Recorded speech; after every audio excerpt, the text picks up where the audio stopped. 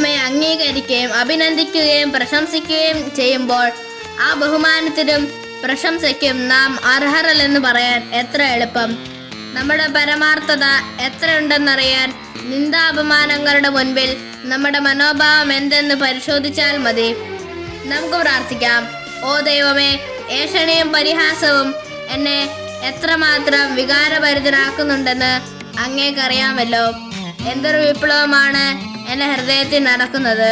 എൻ്റെ രക്ഷക, പ്രശംസയും മഹത്വവും സ്തുതിയും അവജ്ഞതയോടെ വീക്ഷിക്കാനും പരിഹാസവും നിന്ദയും ദ്രോഹങ്ങളും കൃതജ്ഞതാപൂർവ്വം സ്വീകരിക്കാനും അങ്ങ് കൃപ ചെയ്യണമേ. അങ്ങനെ ഞാൻ അങ്ങയുടെ സ്നേഹപാത്രവും നിത്യമഹത്വത്തിന് അവകാശിയുമായി തീരട്ടെ. ആമേൻ.